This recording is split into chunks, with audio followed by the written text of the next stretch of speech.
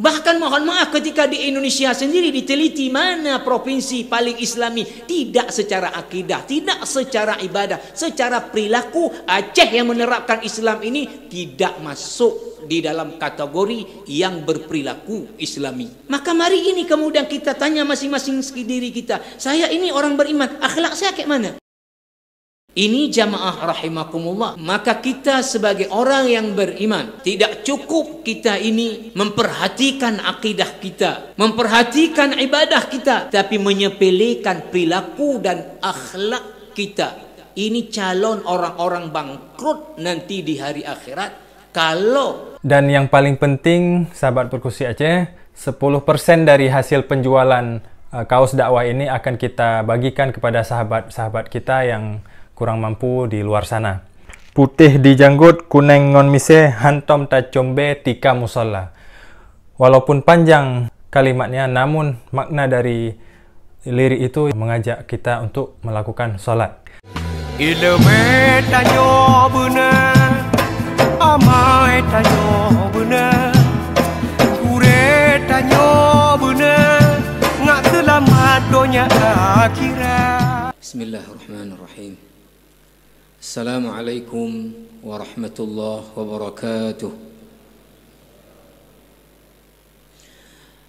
Alhamdulillahilladzi faddala Ramadhana ala sair syuhur wa ja'ala siyamahu fariidah wa qiyama laylihi tatawwu'a.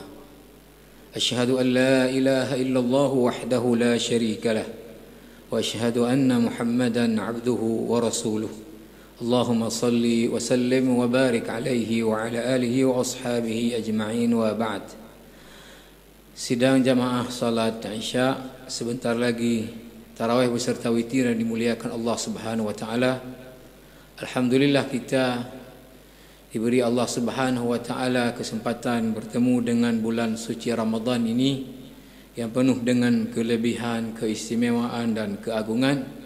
Dan juga alhamdulillah kita dalam kondisi sehat walafiat. Mudah-mudahan kondisi ini memungkinkan kita untuk memanfaatkan kelebihan-kelebihan Ramadan secara maksimal, meskipun dalam hal tertentu masih ada keterbatasan karena Covid dan sebagainya. Para jamaah yang mulia, tentunya semua kita sangat mengharapkan bahawa nanti di hari akhirat kita akan dimasukkan Allah Subhanahu wa taala ke dalam surganya.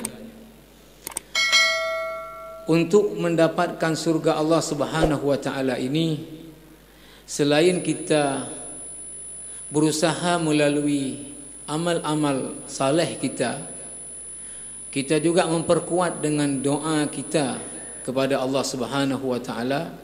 Di antara yang sering kita ulang-ulang adalah Allahumma inna nas'aluka ridhaka wal jannah. Ya Allah, kami memohon kepadamu keridhaanmu dan juga memohon kepadamu surgamu. Kemudian kita juga sering berdoa, Allahumma inna nas'aluka al jannata wa na'imaha wa ma yuqarribuna ilaiha min qaulin aw amal. Ya Allah, kami mohon kepadamu surga dan kenikmatannya. Melalui apa? Ya, kita memohon dengan amal kita, dengan perbuatan kita, dengan ucapan kita dapat mendekatkan kita kepada surganya Allah Subhanahu wa taala. Bagaimana kita tidak mendambakan ini jamaah rahimakumullah, di mana kenikmatannya disebutkan di dalam satu hadis, ma la 'ainun ra'at wa la udhunun sami'at wa la khatara bi bali ahad. Nikmat surga itu tidak pernah didengar oleh mana-mana kuping di dunia.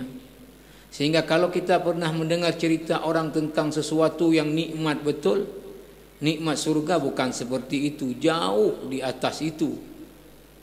Dan nikmat surga pun tidak pernah ditengok oleh mana-mana mata di dunia, bahkan tidak pernah terlintas di pikiran siapapun dari manusia. Kalau kita memikirkan sesuatu yang amat nikmat, surga lebih dahsyat lagi nikmatnya daripada itu. Sidang jamaah yang dirahmati Allah Subhanahu wa taala, di dalam satu hadis yang diriwayatkan oleh Imam Ahmad. Hadis ini dalam musnadnya Imam Ahmad nomor 22.757 nomor hadisnya.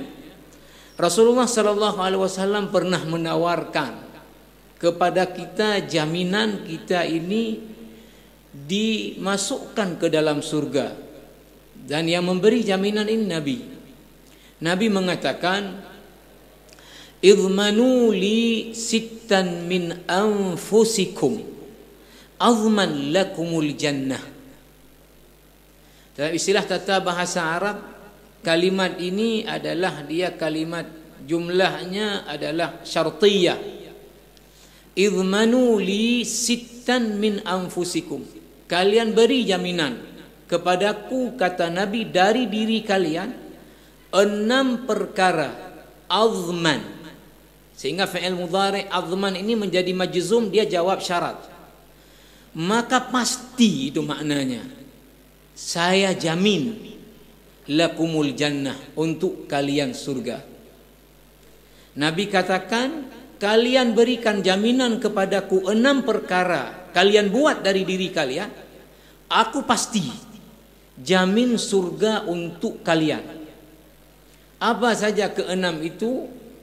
Kata Rasulullah, pertama, usduqu idza haddatstum. Pertama, kalau bicara, bicaralah yang benar, yang jujur. Ini yang pertama. Yang kedua adalah wa aufu idza wa'adtum.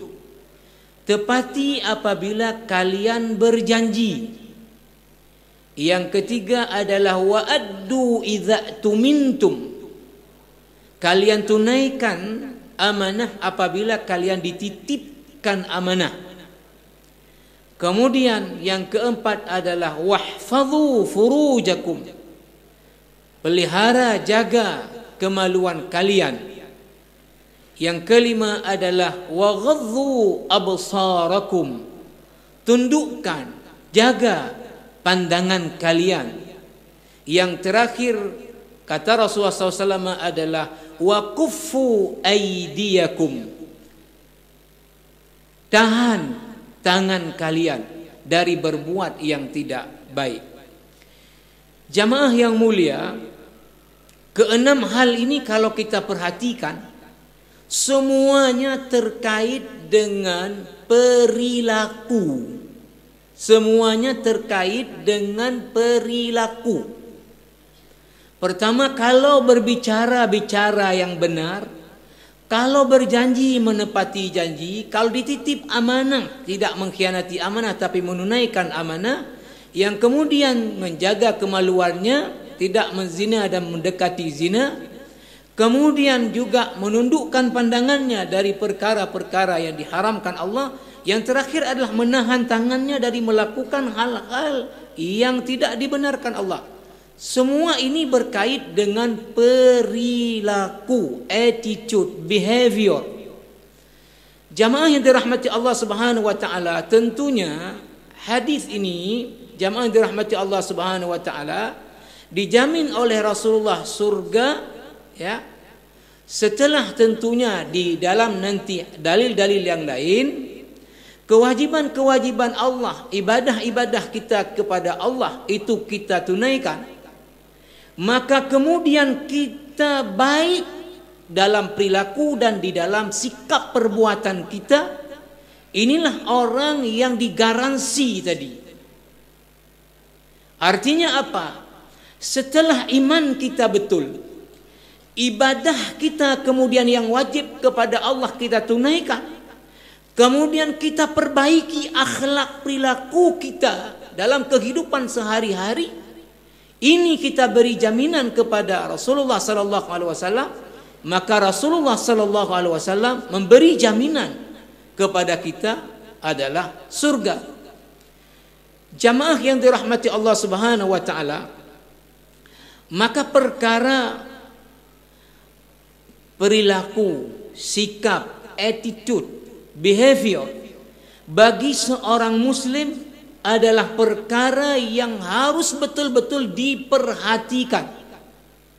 tidak hanya memperhatikan sisi akidahnya, kemudian ibadahnya, tapi tidak memperhatikan bagaimana perilakunya dalam kehidupan sehari-hari. Sejalan dengan hadis ini, ada beberapa hadis lain Rasulullah sallallahu alaihi wasallam terkait dengan masalah perilaku dalam kehidupan kita. Hadis juga riwayat Imam Ahmad dan juga Imam At-Tabrani. Rasulullah sallallahu alaihi wasallam mengatakan, "Ma min syai'in athqal fi mizanil mu'mini yaumal qiyamati min khuluqin hasan." Tidak ada yang lebih berat di dalam timbangan amal seorang mukmin nanti ketika timbangan amalnya dilakukan di hari akhirat yang lebih berat bobotnya daripada akhlak yang mulia. Hadis ini mempertegas bahwa perilaku yang mulia, akhlak yang mulia itu memiliki bobot nilai amal seorang muslim dalam timbangan amalnya nanti sangat luar biasa. Hadis berikutnya lebih merinci lagi dan mempertegas. Riwayat Imam At-Tirmidzi, para perawinya thiqah. Rasulullah sallallahu alaihi wasallam mengatakan, "Innal 'abda la yablughu bi husni khuluqihi 'azima darajatil akhirah wa syarafal manazil wa innahu la dha'iful ibadah." Seorang hamba, ini jelas hamba yang beriman, karena kalau bicara orang kafir, kayak manapun baik dia akhlaknya di dunia ini, enggak ada nasib akhirat dia. Wa man yabtaghi ghairal islami dina falan yuqbala minhu wa huwa fil akhirati minal khasirin. Siapa yang memilih Islam selain Islam sebagai agama, maka apapun kebaikan yang dia buat di dunia ini tidak ada balasan akhirat nantinya dan adalah orang-orang yang merugi. Maka yang disebut hadis ini adalah seorang mukmin bisa mendapatkan derajat yang tinggi nanti di dalam surga karena akhlaknya yang mulia. Wa innahu la dha'iful ibadah. Sekalipun ibadahnya itu, kalau bahasa dhaif lemah, tapi yang kita pahami dalam hadis ini adalah sekalipun ibadah-ibadahnya hanya ibadah wajib, tidak banyak ibadah sunnat. Orang yang ibadah-ibadahnya hanya yang wajib-wajib, tapi kemudian akhlak dalam kehidupan sehari-hari dia mulia, ini dijanjikan surga yang tinggi nanti di hari akhirat. Kelanjutan hadis ini kebalikannya, wa innahu la yablughu bi su'i khuluqihi asfala darajatin fi jahannam. Seseorang bisa mendapatkan derajat yang paling rendah dari neraka jahanam, dan ini orang beriman, karena perilaku akhlaknya yang buruk. Jamaah yang dirahmati Allah Subhanahu wa taala, kenapa begini? Karena amal-amal ibadah yang kita buat, dari salat kita, puasa kita, haji kita yang berkali-kali, umrah kita yang bolak-balik, ini semua jamaah rahimakumullah itu akan dimakan nanti oleh keburukan-keburukan perilaku kita dalam kehidupan sehari-hari. Di dalam hadis riwayat Imam Muslim dan Imam At-Tirmidzi juga meriwayatkan hadis ini. Rasulullah sallallahu alaihi wasallam pernah bertanya kepada para sahabatnya, "Atadruna manil muflis?" Kalian tahu siapa orang yang bangkrut itu? Para sahabat menduga pertanyaan ini terkait dengan ekonomi. Mereka coba beri jawaban menurut persepsi mereka. Lalu ada yang mengatakan, qalu man la dirhama wa la mata'a lahu. Rasulullah, yang bangkrut kan yang enggak punya duit, enggak punya aset. Apa kemudian tanggapan Rasulullah? Qala la. Bukan itu yang bangkrut. Lalu apa kata Rasulullah? Al-muflisu min ummati. Yang bangkrut dari umatku. Umatku ini berarti orang-orang yang beriman. Orang-orang yang beriman. Yang bangkrut dari orang-orang yang beriman. Di mana buktinya? Lebih tegas lagi ke depan. May ya'ti bi salatin wa saumin wa zakatin wa hajjin. Yaitu orang yang datang pada hari akhirat bawa pahala salat, bawa pahala puasa, bawa pahala zakat, bawa pahala haji, tinggal ditambah lagi pahala-pahala ibadah yang lain. Wa ya'ti wa qad syatama hadha wa daraba hadha wa akhadha mala hadha wa qatala hadha. Tapi dia datang juga dengan membawa dosa-dosa, memaki-maki si ini, memukul si ini, mengambil hak si ini, membunuh si ini. Fayu'ta hadha min hasanatihi wa hadha min hasanatihi wa hadha min hasanatihi. Maka akan diambillah pahala-pahala ibadahnya, diberikan kepada orang yang dia zalimi secara perilakunya. Maka jamaah rahimakumullah, pahala salatnya diberi ke si A yang dia maki-maki, pahala puasanya diberi ke si B yang dia ambil haknya, pahala kemudian zakatnya diberi ke si C yang dia macam-macam dia lakukan, dia aniaya dan sebagainya. Maka kata Rasulullah sallallahu alaihi wasallam, fa idza faniyat hasanatuhu qabla an tuqdha ma alaihi, ketika sudah habis pahala-pahala ibadah yang dia lakukan dan itu belum cukup menutup dosa-dosa perilaku dia, maka keburukan-keburukan perilaku orang lain yang dia zalimi itu diambil, dilemparkan ke atas orang ini. Ujung dari hadis ini, orang ini kemudian dilempar ke dalam neraka. Orang ini kemudian dilempar ke dalam neraka. Ini jamaah rahimakumullah. Maka kita sebagai orang yang beriman, tidak cukup kita ini memperhatikan akidah kita, memperhatikan ibadah kita, tapi menyepelekan perilaku dan akhlak kita. Ini calon orang-orang bangkrut nanti di hari akhirat kalau masalah akhlak ini tidak menjadi perhatian kita. Jamaah yang mulia, amat menyedihkan dan ini kita akui atau tidak, ketika dibuat sebuah penelitian untuk melihat mana negara-negara di dunia paling islami secara perilaku menggunakan indikator-indikator Islam. Tapi tidak dilihat akidah, tidak dilihat ibadah, dilihat perilaku menggunakan indikator-indikator Islam. Mana indikator-indikator Islam? Di antaranya jamaah yang mulia, kejujuran. Nabi ketika pernah ditanya oleh para sahabat, apakah mungkin Rasulullah seorang muslim itu dia pengecut? Atau orang yang beriman itu pengecut? Qala na'am, mungkin. Artinya orang yang beriman itu boleh jadi dia ditempel oleh Allah sifat pengecut pada dia. Adakah mungkin orang yang beriman itu bakhil? Mungkin, kata Rasulullah. Artinya sifat-sifat seperti ini mungkin ditempel oleh Allah pada orang yang beriman. Walaupun kemudian dia harus berjuang untuk tidak memiliki sifat itu.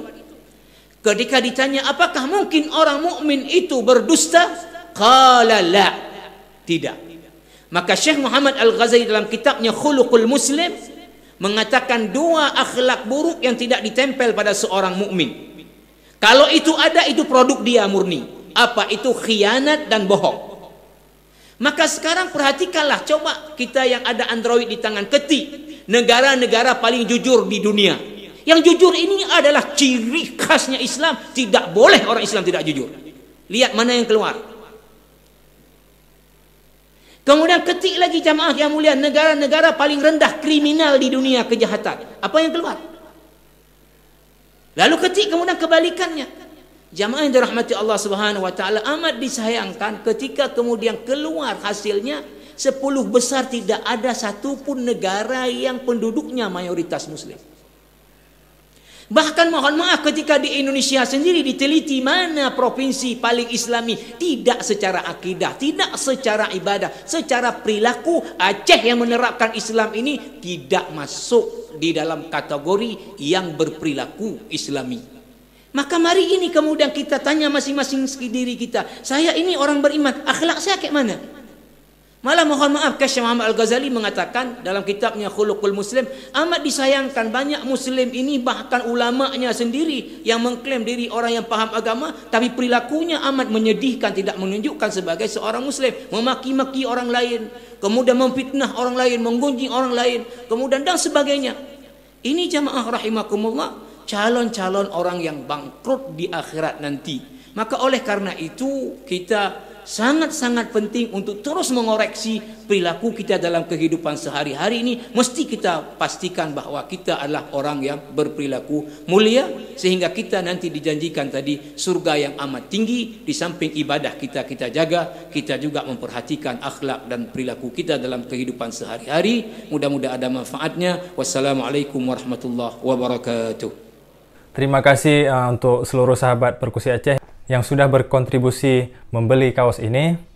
Semoga berhikmah bagi kita bersama dan orang-orang di sekitar kita.